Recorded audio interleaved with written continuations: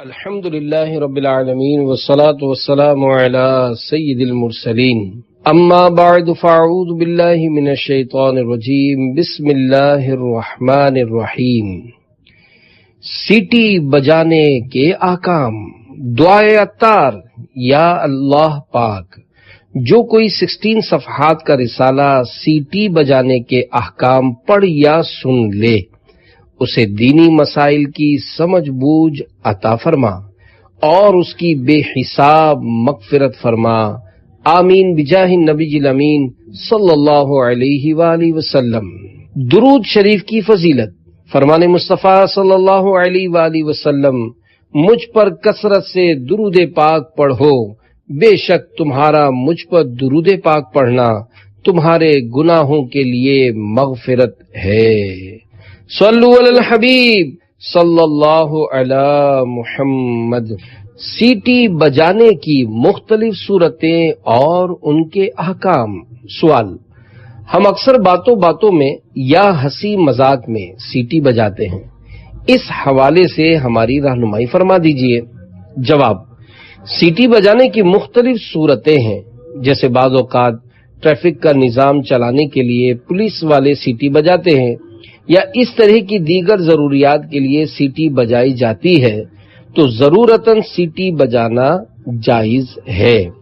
اس موقع پر امیر اہل سنت دامت برکاتہم العالیہ کے قریب بیٹھے ہوئے مفتی صاحب نے فرمایا، اسی طرح کارخانوں میں یہ اعلان کروانے کے لیے کہ چھٹی کا وقت ہو گیا ہے سیٹی بجائی جاتی ہے، اس کی بھی اجازت ہے، لیکن لہو لعب کے طور پر سیٹی بجانا، جسے عرف عام میں چھچھورا پن کہا جاتا ہے، اس کی اجازت نہیں ہے۔ اس پر امیر اہل سنت دامت برکاتہم العالیہ نے فرمایا، مہذب آدمی لہو لعب کے طور پر سیٹی بجانے کا سوچ بھی نہیں سکتا اور نہ ہی اسے سیٹی بجانا آتی ہے۔ سیٹی ہاتھ سے بھی بجائی جاتی ہے اور یہ صرف ماہر آدمی ہی بجا سکتا ہے، عام آدمی کا کام نہیں، اور نہ ہی اسے سیٹی بجانے کی کوشش کرنی چاہیے کہ بندہ گناہ کی کوشش کیوں کرے۔ عافیت اسی میں ہے کہ بندہ سیٹی بجانے کی کوشش نہ کرے، کیونکہ اگر بجے گی تو بجانے کا شوق پیدا ہوگا کہ جسے ناچنا آتا ہے اسے ناچنے کا شوق بھی ہوتا ہے، اور جسے ناچنا نہیں آتا اس کی ناچنے سے جان چھوٹی رہتی ہے۔ بہرحال سیٹی بجانے سے متعلق باہر شریعت جلد 3 صفحہ 511 پر ہے، لوگوں کو بیدار کرنے یعنی جگانے اور خبردار کرنے کے ارادے سے بگل یعنی سیٹی بجانا جائز ہے۔ جیسے حمام میں بگل اس لیے بجائے جاتے ہیں کہ لوگوں کو اطلاع ہو جائے کہ حمام کھل گیا۔ رمضان شریف میں سحری کھانے کے وقت بعض شہروں میں نقارے بجتے ہیں، جن سے یہ مقصود ہوتا ہے کہ لوگ سحری کھانے کے لیے بیدار ہو جائیں اور انہیں معلوم ہو جائے کہ ابھی سحری کا وقت باقی ہے۔ یہ جائز ہے کہ یہ صورت لہو و لعب میں داخل نہیں۔ ایک طرفہ ڈھول کو نکارہ کہتے ہیں، مثلا اگر کسی گلاس وغیرہ پر ایک طرف چمڑا چڑھا لیا جائے تو وہ نکارہ کہلائے گا، اور اگر دونوں طرف چمڑا ہو تو ڈھول۔ اب شاید ہی کہیں نکارے بجتے ہوں، کیونکہ الیکٹرانک سسٹم ہر جگہ پہنچ چکا ہے۔ بہرحال اگر نکارہ میوزک والے انداز میں نہ بجایا جائے اور اس سے مخصوص سحری کے لیے لوگوں کو جگانا اور یہ اطلاع دینا ہو کہ سحری کا وقت ہو گیا ہے یا سحری کا وقت ابھی باقی ہے، تو نکارہ بجانا جائز ہے۔ اسی طرح کارخانوں میں کام شروع اور ختم ہونے کے وقت سیٹی بجا کرتی ہے، یہ جائز ہے کہ اس سے بھی لہو لعب مقصود نہیں ہوتا، بلکہ اطلاع دینے کے لیے یہ سیٹی بجائی جاتی ہے۔ یوں ہی ریل گاڑی کی سیٹی سے بھی مقصود یہی ہوتا ہے کہ لوگوں کو معلوم ہو جائے کہ گاڑی چھوٹ رہی ہے، یا اسی قسم کے دوسرے صحیح مقصد کے لیے سیٹی دی جاتی ہے، یہ بھی جائز ہے۔ کبوتر اڑانے کے لیے سیٹی بجانا کیسا؟ سوال: شہروں اور دیہاتوں میں شام کے وقت کبوتر اڑائے جاتے ہیں، تو اس موقع پر سیٹی بجانا کیسا ہے؟ جواب: اگر پرندے اڑانے کے لیے سیٹی بجاتے ہیں کہ پرندے فصل کو خراب کرتے ہیں، تو یہ بھی ایک ضرورت ہے، لہذا یہ بھی جائز کے حکم میں ہے۔ رہی بات کبوتر اڑانے کے لیے سیٹی بجانے کی، تو یہ کبوتر اڑاتے نہیں، انہیں ستاتے ہیں۔ کبوتر اڑانے والے کبوتروں کو اترنے نہیں دیتے، ان کو تھکاتے اور بھوکا رکھتے ہیں، یہاں تک کہ بعض اوقات کبوتر بھوک سے نڈھال ہو کر نیچے گرتے ہیں، تو پرندوں کو اس طرح ستانا حرام ہے۔ کبوتر پالنے والے باقاعدہ کبوتروں کو سدھاتے ہیں اور پھر یہ کبوتر دوسرے کبوتروں کو اپنے غول میں پھنسا کر لے آتے ہیں، جنہیں یہ کبوتر والے پکڑ لیتے ہیں۔ حالانکہ اس طرح کسی اور کے کبوتر پر قبضہ جما لینا حرام ہے۔ یاد رکھیے، اگر آپ نے کبوتر کو چوری کے لیے استعمال کیا تو آپ گناہگار اور جہنم کے حقدار ہوں گے۔ جب اس طرح کبوتر اڑانا گناہ کا کام ہے تو اس کے لیے سیٹی بجانا بھی ایک گناہ کے کام کے لیے ہوگا، لہذا ایک گناہ مزید بڑھ جائے گا۔ حدیث پاک میں ہے 3 چیزیں جوا ہیں۔ نمبر 1 شرطیہ بازیاں، نمبر 2 چھوٹے چھوٹے تیروں کو پھینک کر جوا کھیلنا، اور نمبر 3 سیٹیاں بجا بجا کر کبوتر اڑانا۔ اعلی حضرت امام احمد رضا خان رحمت اللہ علیہ فرماتے ہیں، کبوتر پالنا جبکہ خالی دل بہلانے کے لیے ہو اور کسی امر ناجائز کی طرف معزی یعنی لے جانے والا نہ ہو، جائز ہے، اور اگر چھتوں پر چڑھ کر اڑائے کہ مسلمانوں کی عورت پر نگاہ پڑے یا ان کے اڑانے کو کنکریاں پھینکے جو کسی کا شیشہ توڑیں، کسی کی آنکھ پھوڑیں یا پرائے کبوتر پکڑے یا ان کا دم بڑھانے اور اپنا تماشا ہونے کے لیے دن دن بھر انہیں بھوکا اڑائے، جب اترنا چاہیں نہ اترنے دے، تو ایسا پالنا حرام ہے۔ کیا درس نظامی کرنا عالم ہونے کے لیے شرط ہے؟ سوال، کیا درس نظامی کرنا عالم ہونے کے لیے شرط ہے؟ جواب، درس نظامی کرنا عالم ہونے کے لیے نہ تو شرط ہے اور نہ ہی کافی ہے، البتہ عالم بننے کا بہترین ذریعہ ضرور ہے۔ جس نے درس نظامی کی سند حاصل کر لی، اب وہ پورا عالم بھی بن گیا ہو، یہ ضروری نہیں ہے، کیونکہ 100% فرض علوم درس نظامی میں نہیں پڑھائے جاتے۔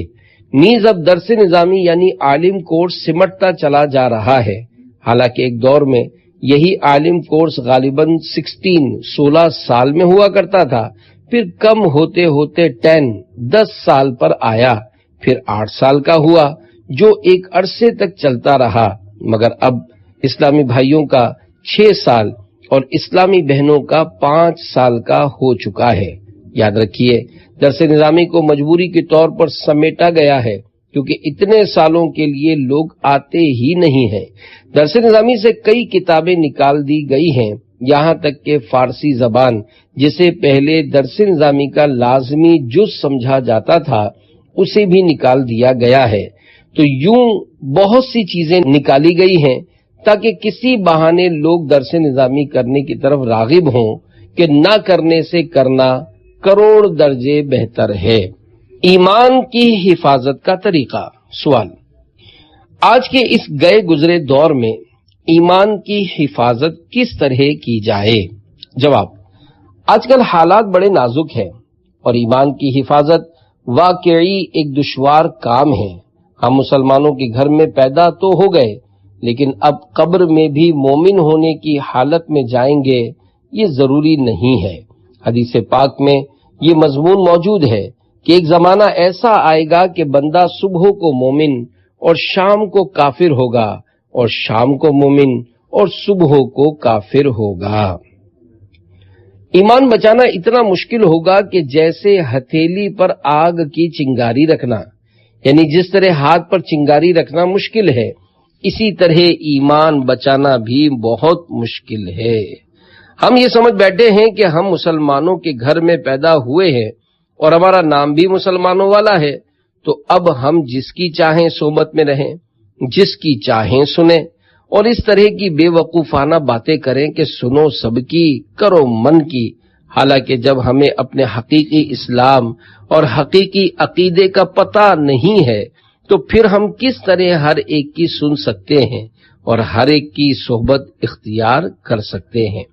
صرف اور صرف ان علماء کرام کی صحبت میں رہیے کہ جو رسول اللہ صلی اللہ علیہ وآلہ وسلم کے سچے عاشق ہوں اور جن کا عقیدہ بالکل 100% درست ہو، یعنی ان کے عقیدے میں نہ تو انبیاء کرام علیہ الصلوۃ والسلام، اہل بیت اطہار اور صحابہ کرام رضی اللہ عنہم کے بارے میں کوئی کمزوری ہو، اور نہ وہ کسی صحابی کے ذرہ برابر گستاخ ہوں۔ نیز جو کسی بھی صحابی کی ادنا توہین کرتا ہو وہ ہمارے کسی کام کا نہیں ہے، لہذا اسے اپنی ڈکشنری سے نکال دیجئے، اس کی صحبت اختیار کرنے سے بچیے، اور اس کی سننا تو دور کی بات ہے، اسے دیکھنا بھی نہیں ہے۔ میری یہ باتیں ایمان بچانے کا سامان ہیں، تو اب اگر آپ کو میری ان باتوں پر غصہ آئے تو سمجھ لیجئے کہ آپ اپنے ہی ہاتھوں اپنے پاؤں پر کلہاڑی مار رہے ہیں۔ یاد رہے، میں آپ کے ایمان کی حفاظت اس لیے کرتا ہوں کہ میں دین کا ادنا خادم ہوں، ورنہ مجھے اس سے کوئی پیسہ نہیں ملتا۔ مجھے برے خاتمے سے ڈر لگتا ہے، اور میں بھی اپنے ایمان کی سلامتی کے لیے فکر مند ہوں کہ خدا جانے میرا کیا ہوگا۔ سبھی کو برے خاتمے سے ڈرنا چاہیے، اور اس حوالے سے خود بھی دعا کرنی چاہیے اور دوسروں سے بھی کروانی چاہیے۔ بہرحال اگر آپ اچھی زندگی گزاریں گے اور صرف عاشقان رسول کی دینی کتابیں پڑھیں گے تو انشاءاللہ خیر ہی خیر ہے، ورنہ اگر نیٹ پر سرچ کر کے یا ویسے ہی ادھر ادھر کا لٹریچر پڑھیں گے تو آپ کو پتہ بھی نہیں چلے گا اور آپ کا ایمان برباد ہو جائے گا، کیونکہ ممکن ہے کوئی غلط بات آپ کے ذہن میں بیٹھ جائے اور ایمان کو تباہ کر دے۔ عطار ہے ایمان کی حفاظت کا سوالی، خالی نہیں جائے گا یہ دربار نبی سے۔ دوران مدنی مذاکرہ تسبیح پڑھنا کیسا؟ سوال: اجتماعی مدنی مذاکرے میں بزرگ حضرات تسبیح پڑھتے رہتے ہیں، ہم انہیں کس طرح سمجھائیں؟ جواب: جو بزرگ حضرات ایسا کرتے ہیں انہیں مدنی مذاکرے کی سمجھ بھی نہیں پڑتی ہوگی کہ کیا بولا جا رہا ہے۔ ظاہر ہے جو دوران مدنی مذاکرہ تسبیح پڑھے گا وہ سن بھی نہیں پائے گا، تو یوں غلط فہمی ہو سکتی ہے، اور اس میں حلال کو حرام اور حرام کو حلال سمجھنے کا بہت زیادہ خطرہ ہے۔ نیز بعض اوقات مدنی مذاکرے میں ایمان و کفر سے متعلق باتیں ہو رہی ہوتی ہیں، اس وقت کچھ پڑھنے کے بجائے صرف کان لگا کر دھیان سے سننا چاہیے۔ بعض لوگ مدنی مذاکرے کے دوران ایک دوسرے کو اشارے کر کے کہتے ہیں سنو کیا بولا جا رہا ہے، تو اس طرح کرنے سے بھی غلط فہمی ہو جاتی ہے، لہذا اشاروں سے بھی بچنا چاہیے۔ یاد رکھیے اگر کوئی آ جا رہا ہو تو اسے بھی نہ چھیڑیں، اور نہ ہی بیٹھ جاؤ کی آوازیں لگائیں، کہ بعض اوقات ایسا کرنے سے بھی غلط فہمی ہو جاتی ہے۔ کیا جنت میں عورتوں کو دیدار الہی ہوگا؟ سوال: کیا عورتوں کو بھی جنت میں اللہ پاک کا دیدار ہوگا؟ جواب: بالکل ہوگا۔ جنت کی نعمتیں مرد و عورت میں مشترک ہیں، محلات، لباس، غذائیں، خوشبویات وغیرہ۔ البتہ دیدار الہی میں اختلاف ہے، اور صحیح یہ ہے کہ دیدار الہی بھی مرد و عورت دونوں کو ہوگا۔ منگنی میں 5 من مٹھائی لے کر آنا۔ سوال: اگر لڑکی والے لڑکے والوں سے کہیں کہ منگنی میں 5 من مٹھائی لے کر آنا، اور لڑکے والوں کی اتنی گنجائش نہ ہو تو وہ کیا کریں؟ نیز اس طرح کی رسموں کے بارے میں شریعت کیا کہتی ہے؟ جواب: کہیں کہیں ایسا ہے جیسے میمن برادری میں خرچے کی وجہ سے لڑکی والے آزمائش میں ہوتے ہیں، اور بعض برادریوں میں لڑکے والے آزمائش میں ہوتے ہیں۔ بہرحال مٹھائی نہ تو 5 من مانگی جائے نہ ہی 5 کلو، کیونکہ دینے والا اس وجہ سے دیتا ہے کہ اگر نہ دی تو شادی نہیں ہوگی، یا یہ لوگ ہماری بچی یا بچے کو تکلیف دیں گے، یا سامنے والے کے شر سے بچنا مقصود ہوتا ہے کہ نہ دینے کی صورت میں وہ ہمیں کنجوس کہیں گے، طرح طرح کی باتیں کریں گے، اور جھوٹ سچ ملا کر ہماری جگ ہنسائی کا سبب بنیں گے۔ یاد رکھیے، اس وجہ سے مٹھائی یا کوئی بھی اچھی چیز دینا رشوت کہلائے گا اور لینے والا گناہگار ہوگا۔ دینے والا چونکہ شر یا برائی سے بچنے یا اپنی عزت کی حفاظت کے لیے دے رہا ہے، اس لیے اس پر گناہگار ہونے کا حکم نہیں ہوگا۔ شادی بیاہ کی تقریب میں تاخیر کی وجہ اور اس کا حل۔ سوال: شادی کارڈ پر کھانے کا جو وقت لکھا ہوتا ہے اس وقت کے مطابق کھانا نہیں کھلایا جاتا تو کیا یہ وقت لکھنا جھوٹ میں شمار ہوگا؟ جواب: لوگ ہی نہ آئیں تو کھانا کس کو کھلائیں؟ عام طور پر لوگ وقت پر نہیں آتے، جس کی وجہ سے کھانا لیٹ ہو جاتا ہے۔ لوگوں کا یہ ذہن بن گیا ہے کہ اگر کارڈ پر 10 بجے کا لکھا ہے تو کھانا 11 بجے سے پہلے شروع نہیں ہوگا، لہذا اگر ہم لکھے ہوئے وقت کے حساب سے جائیں گے تو کافی دیر تک شادی ہال میں پھنسے رہیں گے۔ تو یوں اب لوگوں کی تاخیر سے آنے کی ایسی عادت بن گئی ہے کہ جس کی اصلاح بہت مشکل ہے۔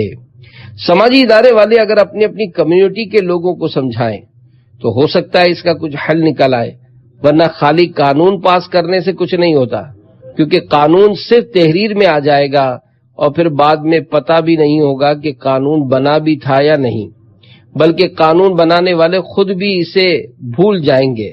بہتر یہی ہے کہ ایک مجلس اس کام کے لیے بنائی جائے اور وہ یہ سارے معاملات حل کرنے کی کوشش کرے۔ جیسا کہ اگر اس ماہ ہماری برادری میں 3 شادیاں ہیں تو یہ مجلس دولہا اور دلہن میں سے ہر فریق کے پاس جائے اور ان کو محبت سے سمجھا کر اس بات پر راضی کرے کہ دولہا اتنے بجے آ جائے گا، اور دلہن والے بھی مجلس سے بولیں کہ آپ فکر نہ کریں، ہمارا کھانا دولہا والوں کے آنے سے پہلے ہی شادی ہال میں موجود ہوگا اور ہم کھانے کا انتظار نہیں کروائیں گے۔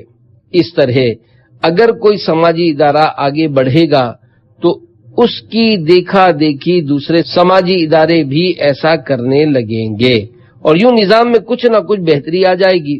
صرف باتیں اور دیر دیر تک بحث و مباحثہ کرنے اور زبردستی کی ہمدردیاں دکھانے سے کچھ نہیں ہوگا۔ کیا غوث پاک رحمت اللہ علیہ مفتی بھی تھے؟ سوال: کیا غوث پاک رحمت اللہ علیہ مفتی بھی تھے؟ جواب: غوث پاک رحمت اللہ علیہ مجتہد مطلق یعنی حقیقی مفتی تھے۔ آپ رحمت اللہ علیہ ہمیشہ سے حنبلی تھے اور بعد کو جب عین الشریعت الکبریٰ تک پہنچ کر منصب اجتہاد مطلق حاصل ہوا، مذہب حنبل کو کمزور ہوتا دیکھ کر اس کے مطابق فتویٰ دیا کہ حضور محی الدین اور دین متین کے یہ 4 ستون ہیں، لوگوں کی طرف سے جس ستون میں ضعف آتا دیکھا اس کی تقویت فرمائی۔ مجتہد ہی اصل مفتی ہوتا ہے، اور اب جو مفتی ہیں یہ مفتیان ناقل کہلاتے ہیں، یعنی مجتہدین نے جو کچھ بیان فرمایا اس میں سے مسئلہ نکال کر ہمیں فتویٰ دیتے ہیں۔ ملفوظات غوث اعظم پر مشتمل کتاب۔ سوال: کیا اس دور میں بھی حضور غوث پاک رحمت اللہ علیہ کے ملفوظات کی کتابیں ملتی ہیں؟ اگر ملتی ہیں تو ان پر اعتبار کیا جا سکتا ہے؟ جواب: اعتبار نہ کرنے کی وجہ کیا ہے؟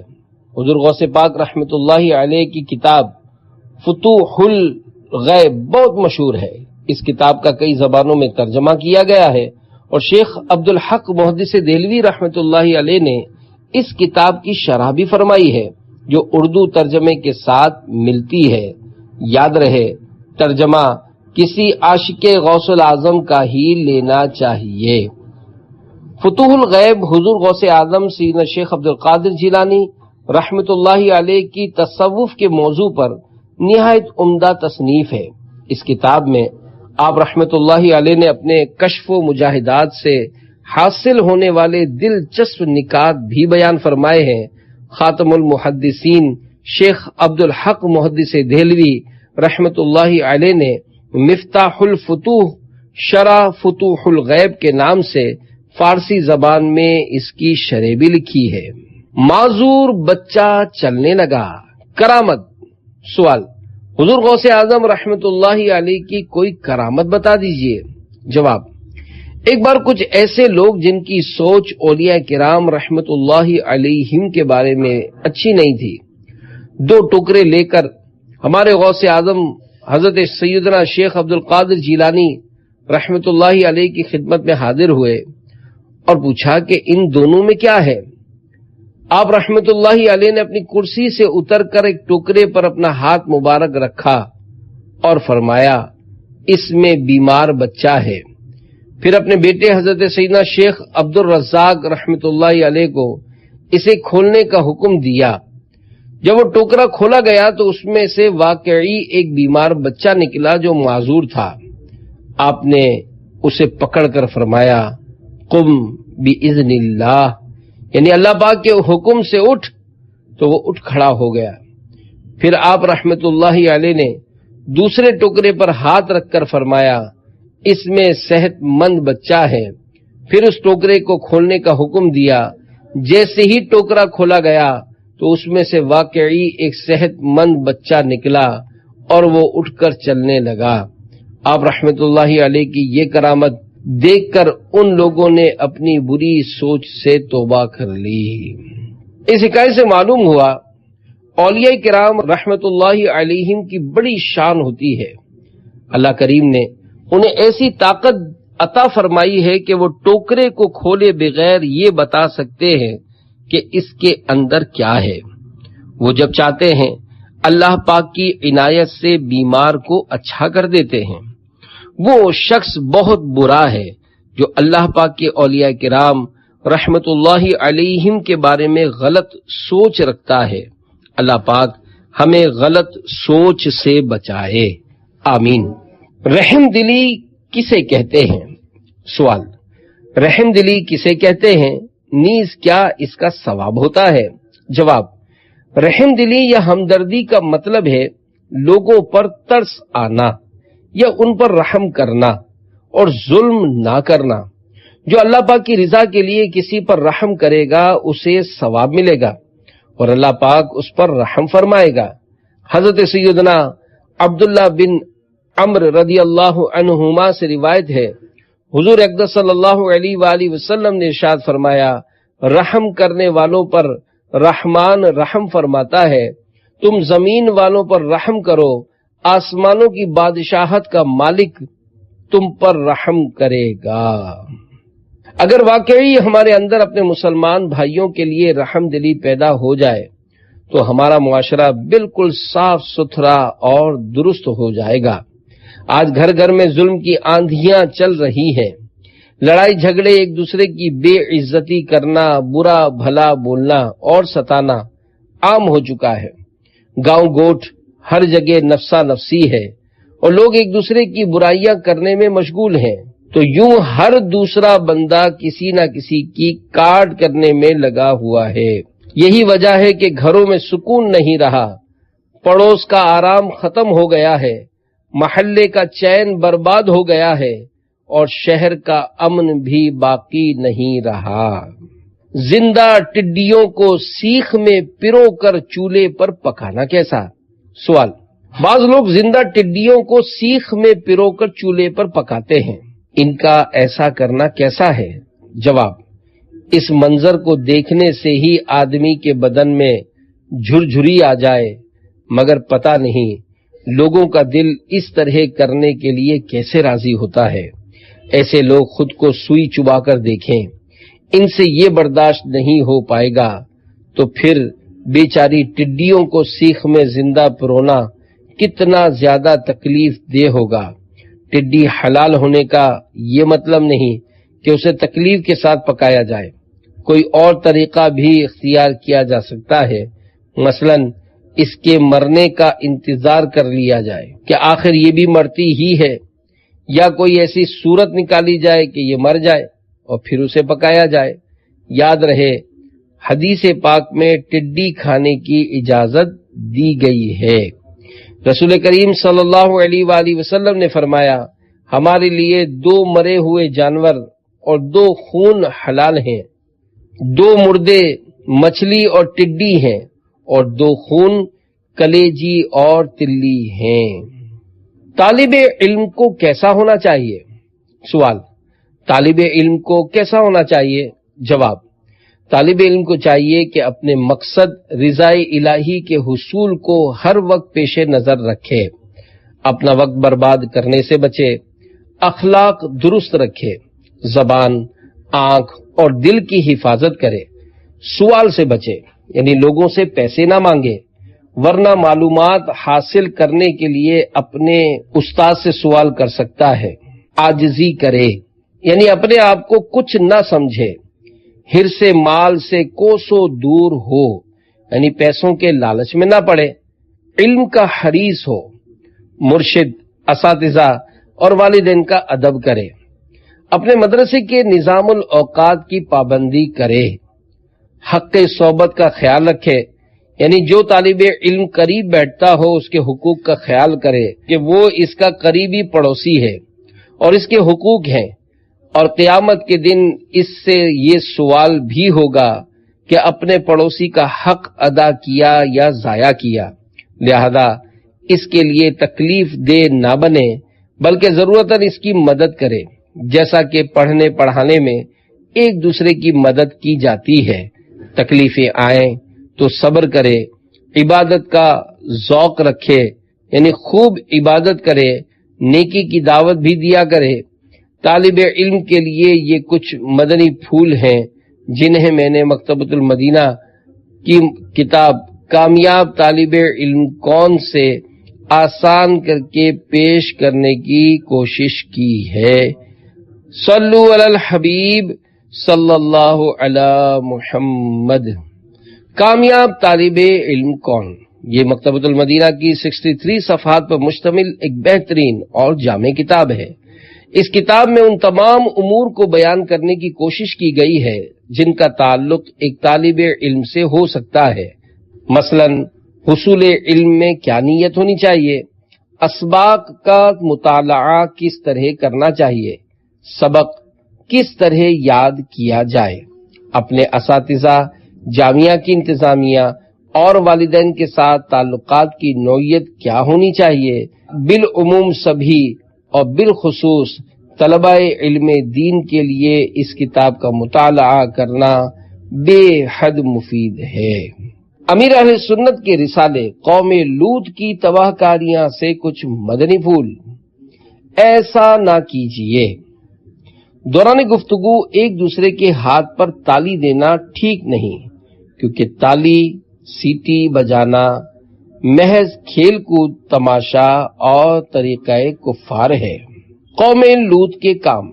حضرت سیدنا لوط علیہ السلام کی قوم کے لوگ بدفعلی کے علاوہ ایسے ذلیل افعال اور حرکات کے عادی تھے جو عقلی اور عرفی دونوں طرح سے قبیح اور ممنوع تھے، جیسے گالی دینا، فحش بکنا، تالی اور سیٹی بجانا، ایک دوسرے کو کنکریاں مارنا، راستہ چلنے والوں پر کنکری وغیرہ پھینکنا، شراب پینا، مذاق اڑانا، گندی باتیں کرنا اور ایک دوسرے پر تھوکنا وغیرہ۔ سیٹی اور تالی۔ وما كان صلاتهم عند البيت الا مكاء وتصدية۔ ترجمہ کنز الایمان۔ اور کعبے کے پاس ان کی نماز نہیں مگر سیٹی اور تالی۔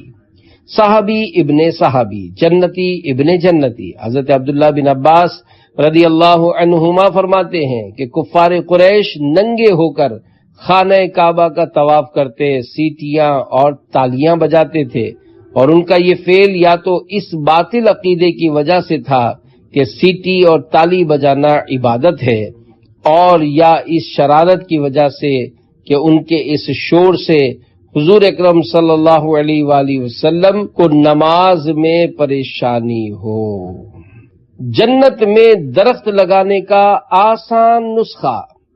ایک بار مدینے کے تاجدار صلی اللہ علیہ وآلہ وسلم کہیں تشریف لے جا رہے تھے۔ حضرت سیدنا ابو ہریرہ رضی اللہ عنہ کو ملاحظہ فرمایا کہ ایک پودا لگا رہے ہیں۔ پوچھا کیا کر رہے ہو؟ عرض کی درخت لگا رہا ہوں۔ فرمایا میں بہترین درخت لگانے کا طریقہ بتا دوں؟ سبحان اللہ والحمد للہ ولا الہ الا اللہ واللہ اکبر پڑھنے سے ہر کلمے کے بدلے جنت میں ایک درخت لگ جاتا ہے۔